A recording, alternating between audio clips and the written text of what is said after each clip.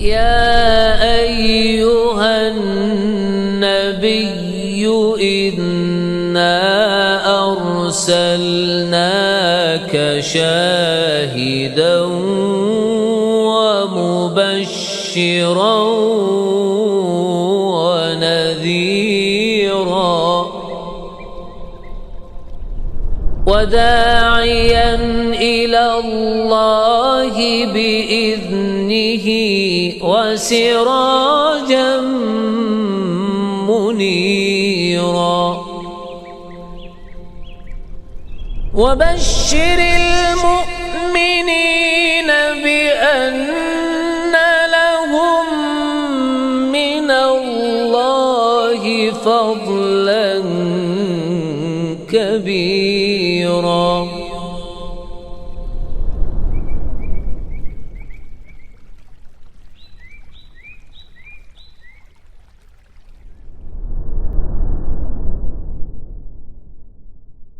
أشهد أن لا إله إلا الله وحده لا شريك له وأشهد أن محمدا عبده ورسوله لا نبي بعده فإن أصدق الحديث كتاب الله وخير الهدي هدي محمد صلى الله عليه وسلم وشر الأمور محدثاتها وكل محدثة بدعة وكل بدعة ضلالة وكل ضلالة في النار.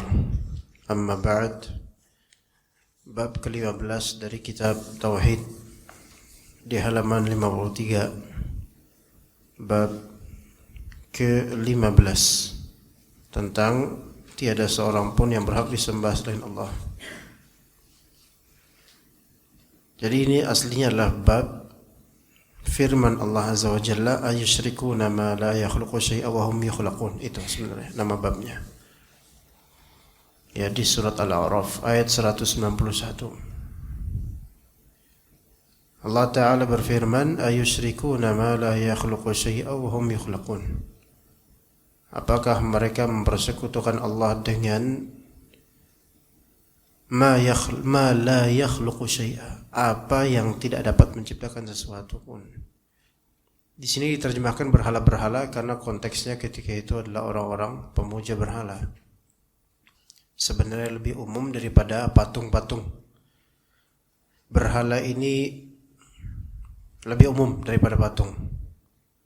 Karena patung itu kita tahu sonam, yaitu berbentuk makhluk tertentu, entah dibuat dari kayu, batu, atau lainnya. Itu patung.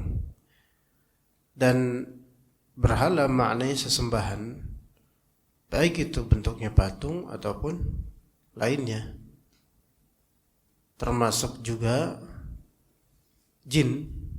Apakah mereka mempersekutukan Allah dengan jin-jin yang tidak dapat menciptakan sesuatu pun? Wahum yukhlaqun, sedangkan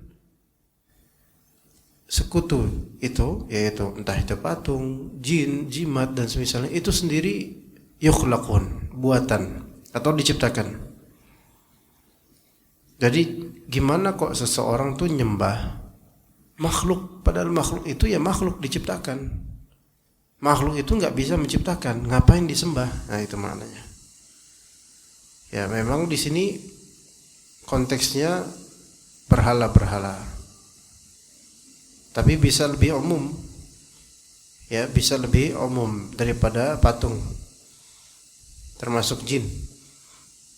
Atau termasuk orang yang disembah, nggak bisa menciptakan sesuatu pun. Dan mereka semua makhluk diciptakan. Selain itu, kekurangan lainnya, selain kekurangan pertama yaitu tidak bisa menciptakan, kekurangan berikutnya, wala yastati'una lahum nasra wala anfusahum yansurun. Sesembahan-sesembahan itu, berhala-berhala itu, jin-jin itu tidak mampu memberi pertolongan kepada para penyembahnya. Enggak bisa menolong penyembahnya. Wala anfusahum yansurun, dan kepada diri sendiri pun berhala-berhala itu tidak dapat memberi pertolongan. Nah, kalau misalnya berhala dihancurin, apakah dia bisa defend itself? Melakukan defending itu, bertahan? Enggak bisa. Sebagaimana Nabi Ibrahim alaihissalam menghancurkan berhala-berhala kaumnya, Patung-patungnya dihancurkan Nabi Ibrahim. Dan ketika Nabi Ibrahim diinterogasi, dia bilang, coba tanya tuh ke patung yang lebih besar. Mungkin dia yang menghancurkan patung-patung kecil. Orang-orang pun tidak bisa menjawabnya. Karena patung gak bisa menghancurkan dan gak bisa mempertahankan diri ketika dihancurkan. Ya. Kiaskan itu dengan selain patung, yaitu jin. Kasuskan misalnya tumbal untuk pembangunan jalan atau pembangunan rumah atau gedung. Ini kan berarti syirik, penyembahan dan peribadatan kepada selain Allah. Jin penunggu atau kata mereka, ya, jin lokal situ mempersyaratkan supaya ditanam kepala sapi atau kepala kerbau atau sembelihan lainnya. Ya. Bahkan ada juga syaitan yang meminta tumbal berupa manusia, salah satu pekerjanya. Nah, ngapain sih pakai seperti itu? Ayusyrikuna ma la yakhluqu syai'an wa hum yukhlaqun. Ngapain mereka itu mempermohonkan kesuksesan pembangunan ini kepada jin-jin yang mana jin itu tidak bisa menciptakan sesuatu. Dan jin itu pun diciptakan, bukan menciptakan. Makhluk. Udah gitu gak kelihatan lagi. Ya, walaupun mungkin tanda-tandanya ada, tapi makhluk. Ya. Kenapa enggak kembali ke Allah aja? Ini yang menjadi perkara yang rumit bagi banyak orang atau sebagian orang. Sampai level mandor, bahkan level donatur dan seterusnya yang kadang-kadang enggak mau ambil pusing, udah ikutin aja apa kata setan itu. Subhanallah. Akhirnya terjadilah kesyirikan. Emang dikira kalau udah kayak gitu terus setan enggak ganggu gitu? Ya. Malah justru tempat tersebut ketika ditanam tumbal atau semisalnya, malah itu jadi hunian syaitan dan menjadi hujah mereka untuk kedepannya kalau ada apa-apa. Saya kasih contoh cuma gini, tempat yang netral, maksudnya netral dari buhul, netral dari sesajian, netral dari tumbal-tumbal kepada jin. Itu kalaupun ada jin di situ, misal menghuni, itu gangguannya paling biasa gitu loh. Gangguan biasa, penampakan biasa lah. Dan yang ditampakkan biasanya orang-orang yang ketakutan. Tapi kalau tempat tersebut memang dijadikan arena syirik atau disusupkan padanya tumbal, jimat, penglaris, penjaga, diwiritin macam-macam, lah itu yang nanti kedepannya bakal jadi masalah. Gangguannya itu beda, dan gangguannya nggak pergi-pergi sampai hal-hal tersebut disingkirkan dari gedung itu. Suatu ketika ada seorang RT dan inventaris atau perwakilan RT minta tolong anak supaya tolong ruqyah suatu gor. Ya. Gor singkatan, bukan gor bahasa Arab. Gor, kalau bahasa gor Hira itu gua artinya. Ini gor gelanggang olahraga, ya. Jadi dia berbentuk aula besar gitu ya. Ada buat bulu tangkis bisa, buat futsal bisa. Kenapa? Karena ada komplain dari kuncennya. Kuncen di sini maksudnya bukan kuncen syirik ya. Kuncen di sini maksudnya juru kuncinya, Pak, penunggu apa yang suka bersihin gor. Katanya sering diganggu sama Mbak Kunti sama Bang Wowo.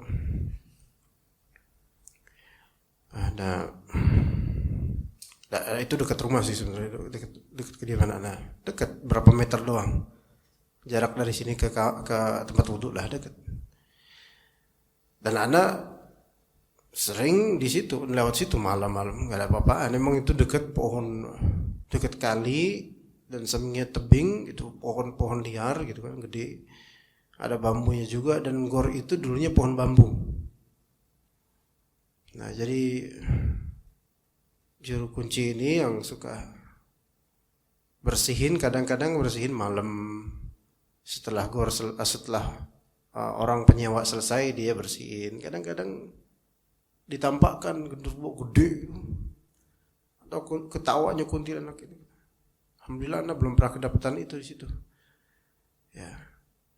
Dan nama penjaganya Hasan juga pula gitu kan. Dan dia ketakutan makanya sampai sering sakit. Ini memalukan orang-orang bernama Hasan ya. Maka kemudian Pak RT dan aparat dan inventaris RT kemudian mereka minta untuk coba anak ruqyah. Ya udah kita datang malam itu ke gor itu. Gelap. Sampai satpam pun takut gitu loh. Bahkan ada salah satu teman ya, dan dia aparat negara juga, TNI. Untuk hal ini pun takut. Padahal udah ngaji. Apa yang antum pada takutin gitu. Bahkan sampai security yang harusnya berani. Jadi ada ikhwan ini, dia salah satu sahib kita di Mabes, dan kemudian ini ikhwan ini cuma lewat ada bayangan dia sendiri. Bayangan temennya itu. Pak Hasan, bukan Pak Hasan, Pak Satpam pun ketika kan kita bareng-bareng, ada Satpam, ada ini, ada Pak RT. Ngeliat bayangan itu ketakutan dia. Karena sampai ini bayangan Pak ini, nggak usah takut lah. Dan ada jelajah nggak ada apa-apa. Udah Pak, nggak usah takut, nggak usah diruqyah juga biarin aja nih mah. Emang nggak ada apa-apa? Nggak ada apa-apa. Culin nggak ada apa-apa. Coba sok ayo kunti ketawa sok. Nggak ada. Mungkin lagi nggak tahu, lagi pergi mungkin kuntinya nggak tahu, tapi nggak ada. Ini tempat ini Pak, memang dulunya bambu-bambu besar dulunya. Ya oke. Anggaplah misalnya tuh setan-setan lu tinggal di sini. Tapi kan ini tempat, nggak pernah kan Pak nanam tumbal sini? Nggak pernah. Iya, ini juga nggak ngeliat auranya, nggak ada aura tumbal sini, nggak ada. Itu jin iseng doang Pak, karena Pak Hasan, ya itu bukan Ustadz Hasan, Pak Hasan, karena Pak Hasan ketakutan, makanya syaitan ini kemudian merasa lebih besar, itu, ya merasa lebih besar. Udah nggak usah diapa-apain, nggak usah diruqyah. Ya mau diruqyah juga, ngapain diruqyah coba tempat ini? Karena tempat ini kan biasa ngomong jorok orang-orang. Mau diruqyah sekarang, ntar besoknya pada main bulu tangkis, cemes, kemudian ngomong binatang lah apa. Ya sama aja, tempat nggak steril. Orang nggak pernah diniin, nggak. Ya maksudnya banyak orang-orang fasik mengucapkan kalimat kotor di sini. Udah biarin aja Pak. Selama memang Bapak atau Pak RT atau siapapun di sini enggak pernah menumbalkan sesuatu di bangunan ini, enggak pernah meritualkan syirik di bangunan ini, aman. Setan-setan, itu setan iseng Pak, enggak usah takut. Kadang-kadang saya diketawain Ustaz, ya. Saya aja pengen ngetawain Bapak sekarang gitu kan. Enggak usah takut, insyaallah gitu. Nah setelah itu itu tahun lalu. Maksud Anda apa di sini? Tempat yang steril, netral, kalaupun ada jin, itu cuma iseng, nggak ada pengaruh apa-apa. Tapi ketika tempat itu memang ditanamkan di situ sesuatu yang sifatnya syirik, ya itu bermukimlah setan di situ. Makanya kalau antum tanya tuh yang teman-teman indigo, atau dia memang sensitif terhadap jin, antum tanya ketika dia lihat kuburan tertentu yang sering terjadi kesyirikan di situ, bandingkan dengan kuburan Baqi' di Madinah, pasti rasanya beda. Di kuburan keramat yang sering ada sasajenan di situ atau dikeramatkan, pasti kalau lewat pasti nyetrum dibandingkan kuburan kayak di Baqi' Madinah atau di tempat-tempat kuburan yang tidak terjadi kesyirikan di situ. Beda. Jangankan orang yang sensitif seperti tadi yang disebut sixth sense atau indigo itu. ketika antum tahu ada rumah kosong, ini bekas rumah dukun, dan ada rumah kosong, ini bekas rumah ustadz, pasti perasaan antum beda ke antara rumah ini. Beda. Dan coba antum beli dua-duanya, pasti antum lebih milih mendingan rumah bekas ustadz dibandingkan rumah bekas dukun. Di mana-mana cerita banyak berseliweran kalau orang ketakutan kemudian nyewa atau beli rumah bekas dukun, apalagi dukunnya dulu mati di tempat misalnya, ya, itu mesti terjadi sesuatu itu. Ada aja gangguan tuh. Nah, ternyata perbuatan syirik itu menjadikan syaitan itu terundang, ya, terundang, diundang dengan amalan syirik itu, ritual itu. Padahal syaitan sendiri nggak bisa membantu. Kalaupun membantu pasti untuk kemunkaran, dan itu pun terbatas, sangat limited. Nggak mampu memberi pertolongan kepada para penyembahnya. Dan mereka makhluk juga, jin makhluk juga. Berhala pun itu tempat-tempatnya syaitan. Jangankan berhala juga. Kalau antum di rumah ada foto manusia, makhluk hidup dipajang di tembok, itu tempatnya setan. Makanya dilarang. Makanya malaikat nggak masuk rumah yang di dalamnya ada gambar-gambar dipajang. Iya. Walaupun gambar Pak Yai, gambar Habib, gambar Ustadz dipajang, ngusir tikus? Enggak, tikus juga enggak takut. Ngusir jin, justru tempatnya kayak gitu. Walaupun ada foto ustaz, tidak ada dalam Islam hal seperti itu.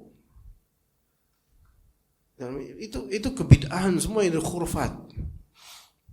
Bahkan itu justru pelecehan sebenarnya. Kalau misalnya memasang foto syekhnya supaya maling itu enggak datang. Lah ini kan berarti syekhnya pengusir maling. Ya. Disamain dong sama anjing penjaga. Sama. Ngusir maling, subhanallah. Ya, buat apa majang-majang seperti itu? Ya. Ada sisi tawakal kepada foto, gambar. Bahaya, ini malah tempatnya setan. Ya, sampai mungkin Anda pernah cerita ke antum. Anda punya tetangga, qadarullah dia kafir, Nasrani.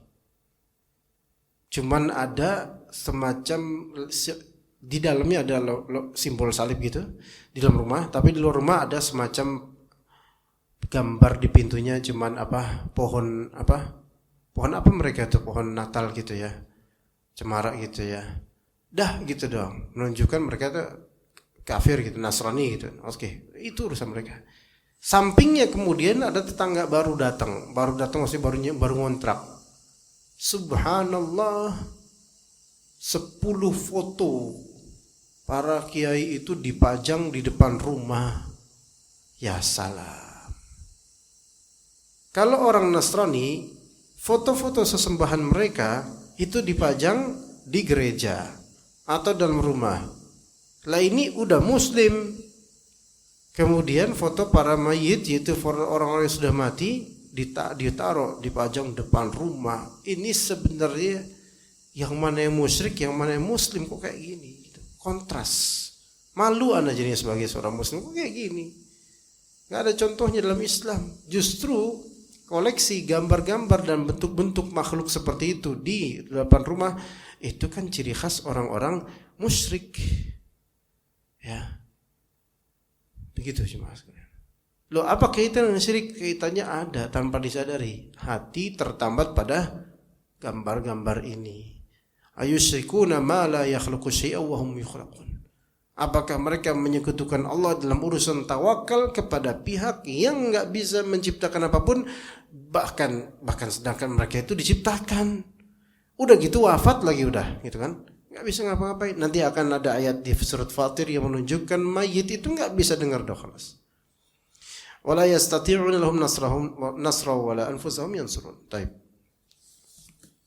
Kata Allah Azza wa Jalla, walladzina tad'una min dunihi ma yamlikuna min qitmir. Orang-orang yang kalian seru, kalian sembah selain Allah, tidak punya apa-apa walaupun setipis kulit ari. Qitmir itu Ya ada yang mengatakan kulit ari, tapi khitmir itu adalah ya ari ya, bisa dikatakan kulit ari. Kalau antum punya kurma, ya kurma kering, kurma biasa ya.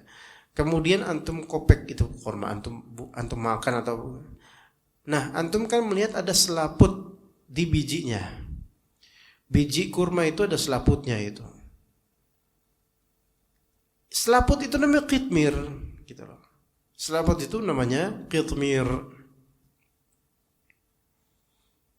Kata Allah apa? Orang-orang yang kalian sembah itu, baik manusia atau apalagi jin, itu enggak punya kepemilikan di bumi ini, walaupun sebatas khitmir yang kecil itu, yang nonsens, yang enggak bermanfaat.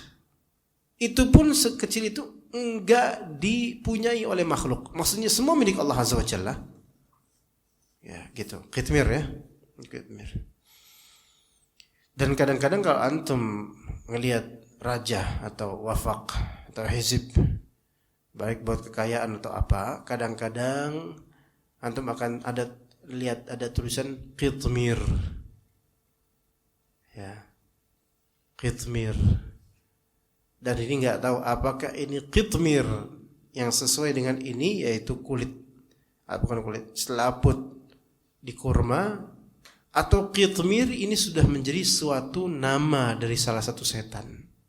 Dan yang kedua ini, nama salah satu setan, Anda kok lebih condong ke sana, jangan-jangan itu, karena beberapa raja yang kita lihat dari tulisan-tulisan aneh-aneh itu, kadang-kadang ada tulisan khitmir, dan kadang-kadang bentuknya seperti anjing, dilukis seperti anjing, khitmir.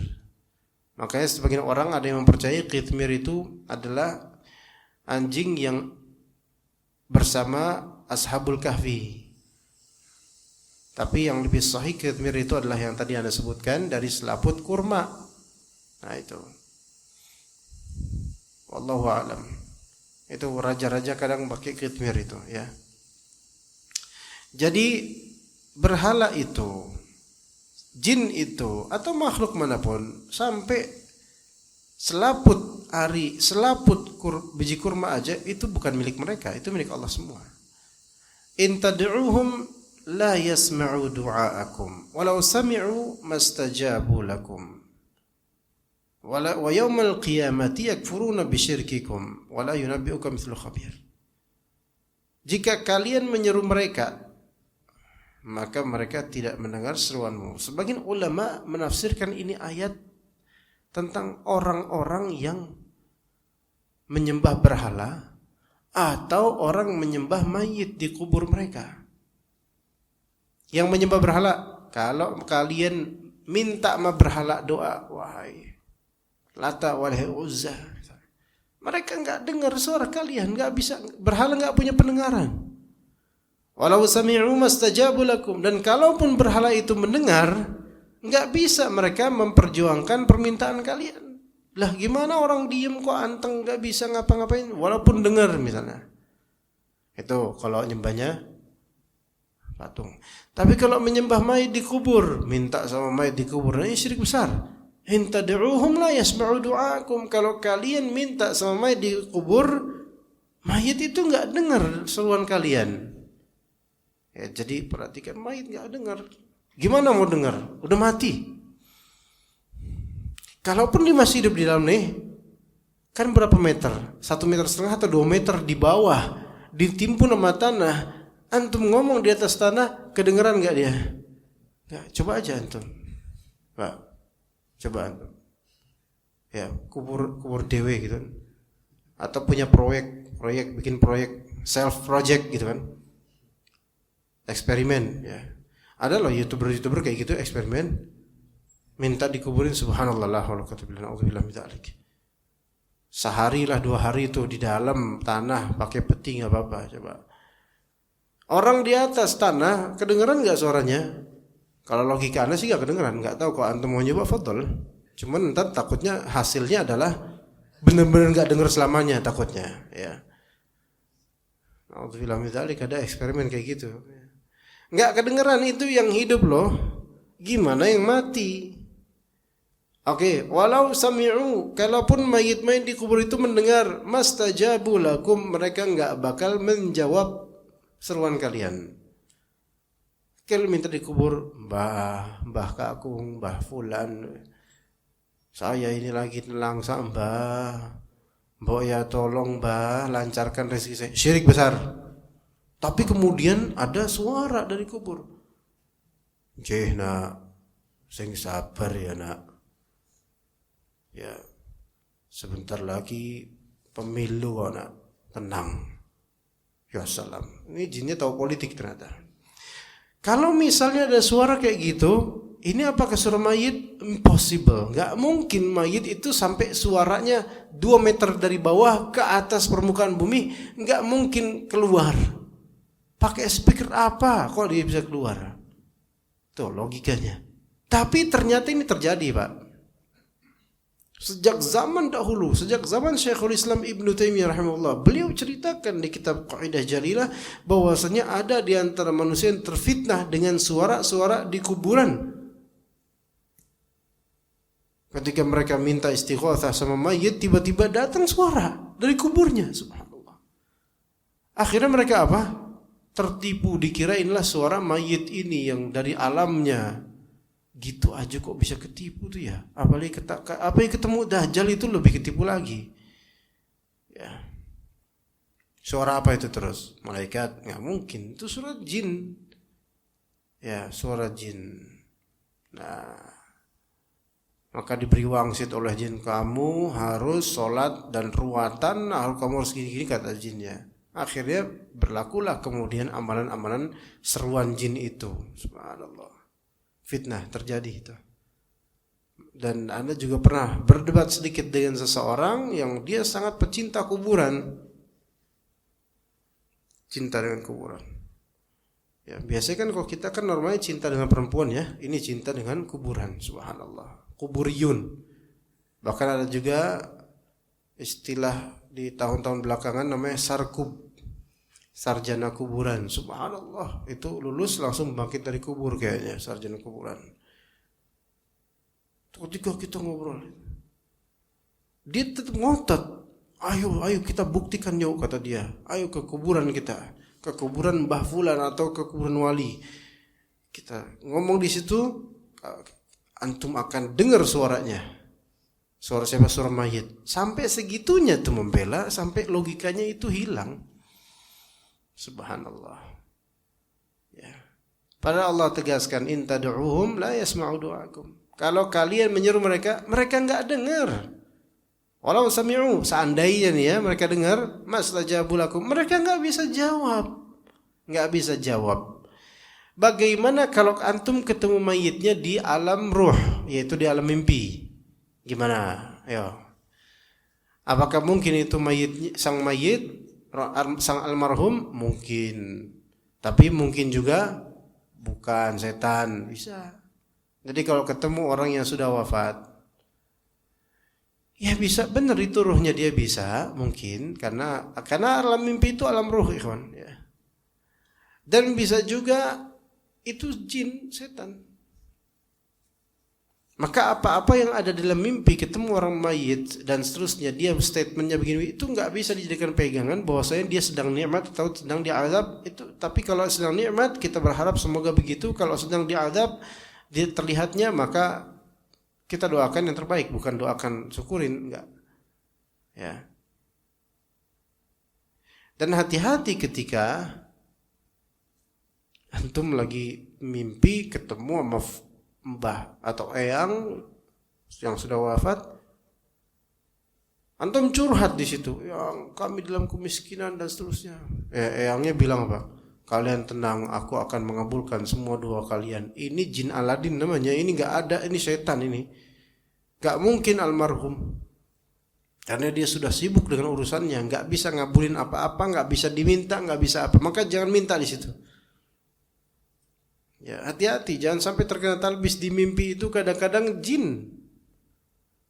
Kecuali kalau mimpi Rasulullah SAW. Tapi itu pun kalau kita mengklaim saya telah mimpi bertemu Rasulullah SAW di tidur saya, ya Ustaz, apakah benar yang antum lihat Rasulullah? Iya benar, karena nggak mungkin jin menyerupai Rasulullah. Itu benar, cuman masalah antumnya apakah ngerti ciri-ciri Rasulullah kayak gimana? Kalau cuman bilang aku adalah Rasulullah di mimpi, ya itu mah jin bisa, tapi kan bentuknya yang tidak ketahuan. Nah, jadi hati-hati dengan minta sesuatu pada mayit di mimpi, itu juga termasuk haram. Ada tawakal kepada yang gaib selain Allah Azza wa Jalla. Wa yaumal qiyamati yakfuruna bisyirkikum, dan di hari kiamat mereka akan mengingkari perbuatan syirikmu, dan tidak ada yang dapat memberikan keterangan kepadamu sebagaimana yang diberikan oleh yang Maha mengetahui, yaitu Allah Azza wa Jalla. Dalam Sahih Bukhari dan Muslim dari Anas bin Malik, dia berkata, Syujjan Nabiyyu sallallahu alaihi wasallam yauma Uhudin wa kusirat raba'iyatuhu. Pada waktu perang Uhud, Nabi SAW terluka di bagian kepala dan gigi taringnya. Raba'iyah itu gigi taring. Taring mana? Taring ini? Hah? Ya, sini ya. Sini dan sini. 4. Ya.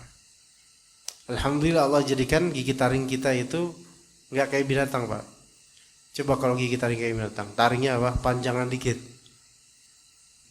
Kita mingkem keluar satu kan enggak enak, Pak. Ya. Gitu. Alhamdulillah Allah Ta'ala jadikan gigi kita itu enggak kayak binatang. Alhamdulillah, itu nikmat ya ikhwan. Keindahan ya.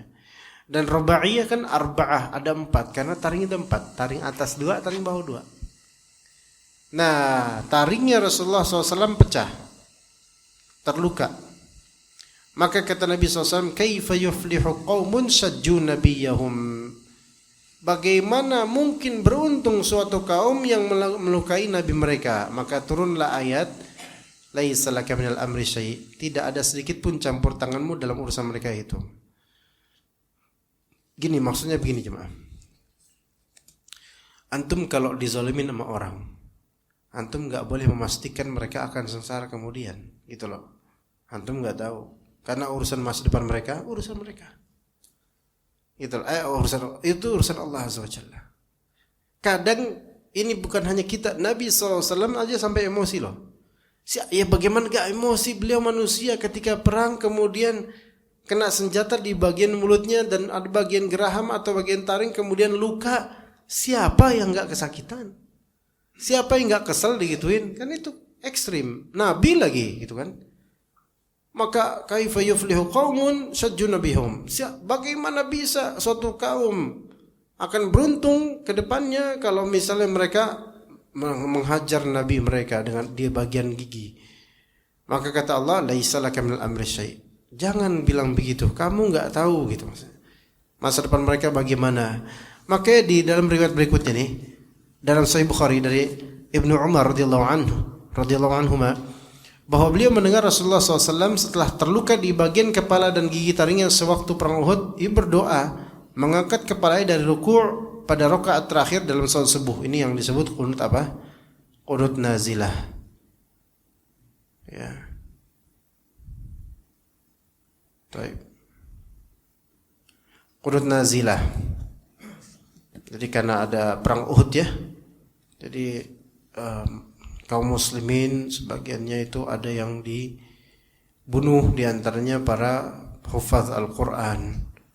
Maka Nabi SAW kemudian mendoakan Allahumma la'an fulanan wa fulanan. Setelah baca sami Allahu liman hamidah rabbana lakal hamd kan i'tidal. Sebelum sujud rakaat kedua beliau doain laknat untuk 3 atau 4 orang kafir yang telah berkontribusi terhadap pembunuhan kaum muslimin. Nah, Rasulullah melaknat itu sebenarnya melaknat fulan. Kalau memang pantas dilaknat boleh, tetapi Allah tegur. Kata Allah sesuai ini bilang apa? Laisa laka minal amri syai'. Tidak ada sedikit pun campur tanganmu dalam urusan mereka itu. Yang ternyata di sini lihat ya. Beliau mendoakan keburukan kepada Safwan bin Umayyah, Suhaib bin Amr dan Al-Harith bin Hisham agar dilaknat, dijauhkan dari dari rahmat Allah Azza wa Jalla. Maka Allah Subhanahu wa taala tegur.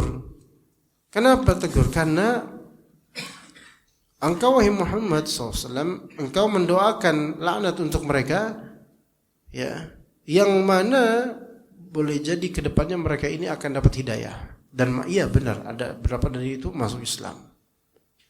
Masuk Islam. Ya. Artinya tadi yang seperti yang bilang, kalau antum berseteru atau antum dizalimin sama orang, maka antum tetap tidak punya hak untuk memprediksikan atau tidak punya hak untuk mengkisahkan masa depan mereka nanti. Antum nggak tahu. Siapa tahu mereka apa? Dapat hidayah. Bukankah di surga itu ada orang yang pembunuh dan yang terbunuh? Ketemu di surga. Pembunuh dan yang dibunuh ketemu di surga. Bingung lah. Ente di sini. Kan ente dulu yang bunuh ana. Iya, afwan. Ya, di sana enggak ada dendam, Iwan.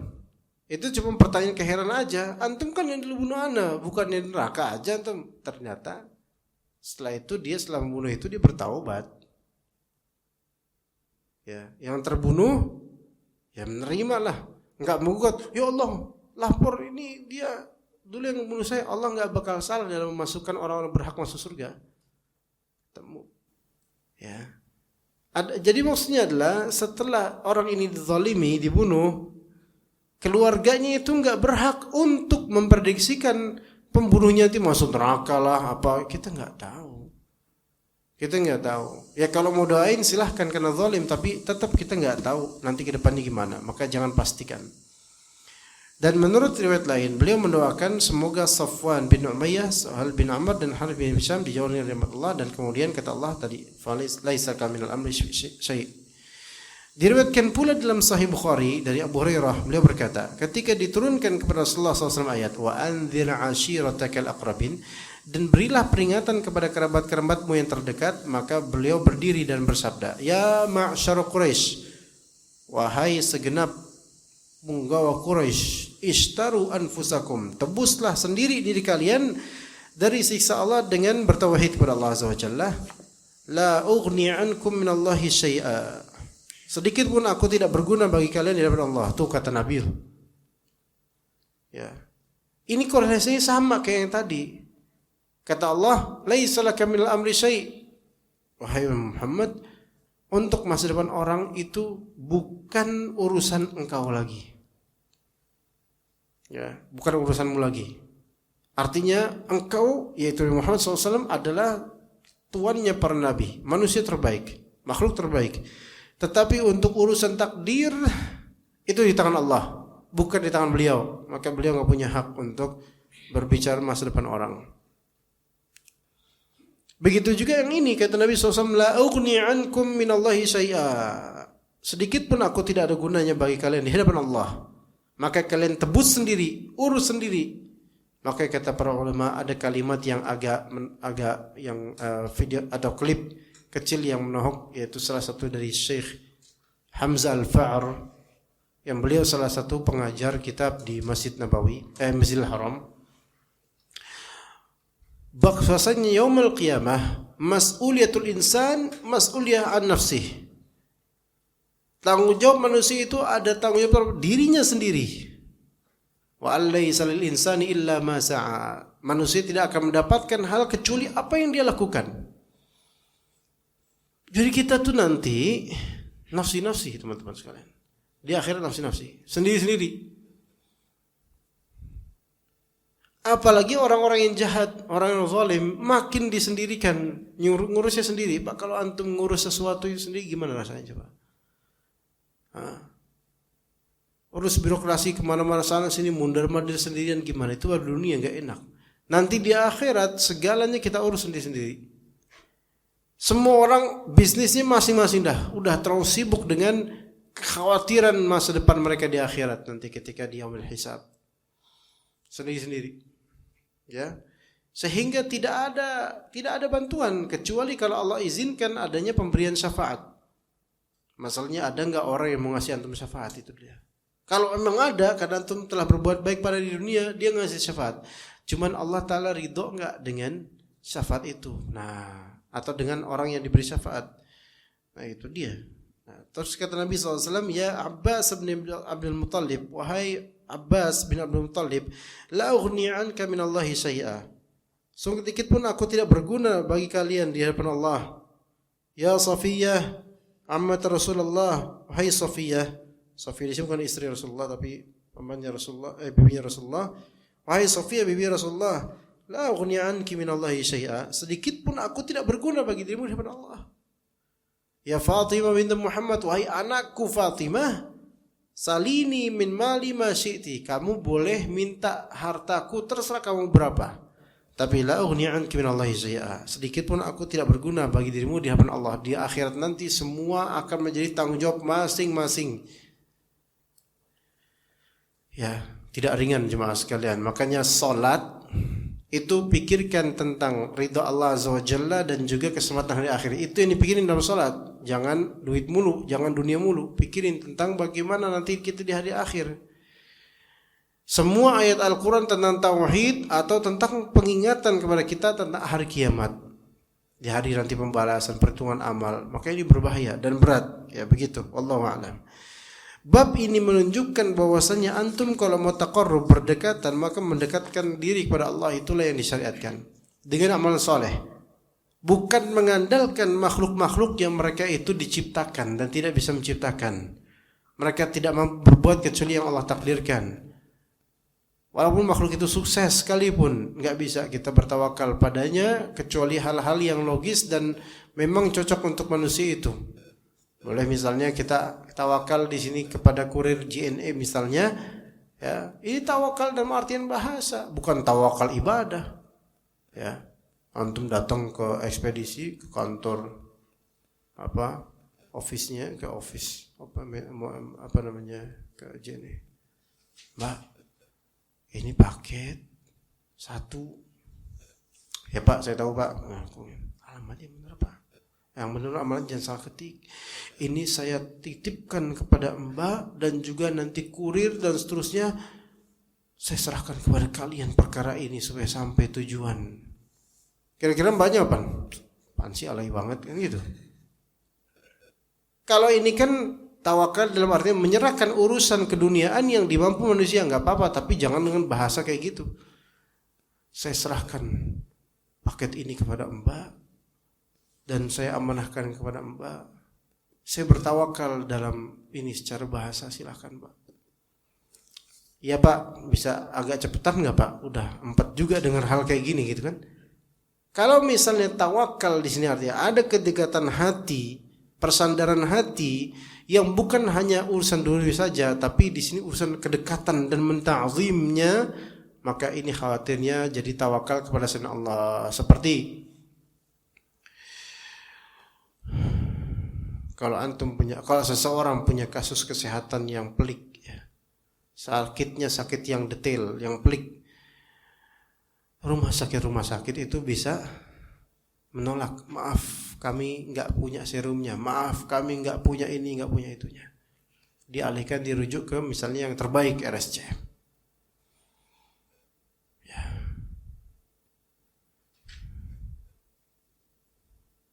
Ya qadarullah. Nah di sini Anda sendiri mendengar beberapa dokter yang mungkin keagamannya kurang.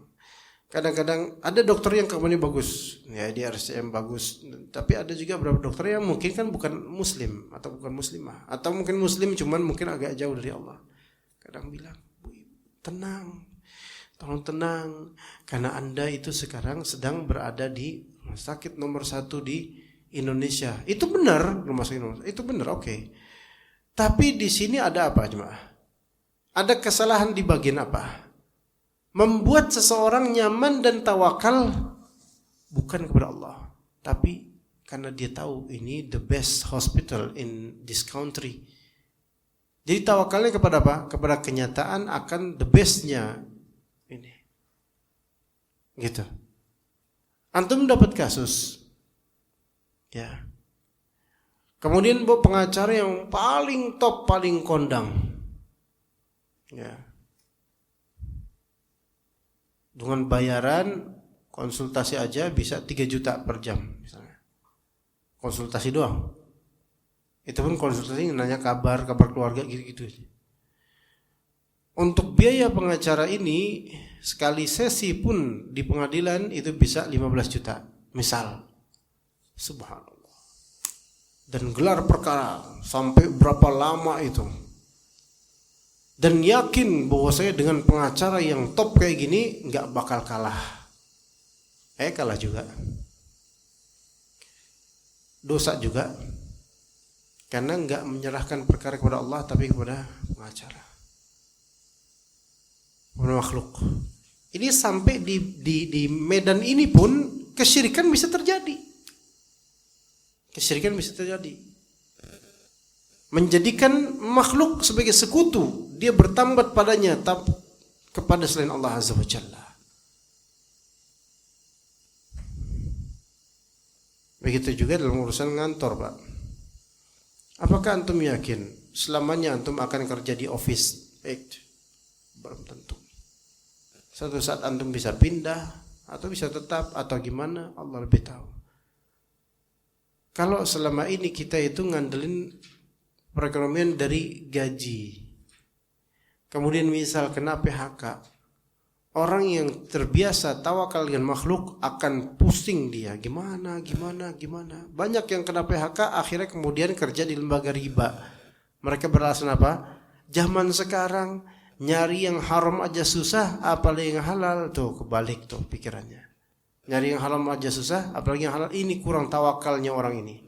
Kalau dia tawakal, dia yakin bahwasanya Allah akan memprovide buat dia pekerjaan yang halal. Gitu. Ya. Itu sama seperti nyari jodoh, jomblo. Nyarinya malah justru perempuan-perempuan nakal. Dengan dia bilang, zaman sekarang perempuan nakal aja susah dicari, apalagi perempuan solehah. Aduh, ini kan kacau cara logikanya. Kurang tawakal sama Allah, kurang percaya sama Allah. Ya begitu jemaah sekalian rahimakumullah. Maka hati-hati, kesyirikan itu melanda hati secara detail bisa.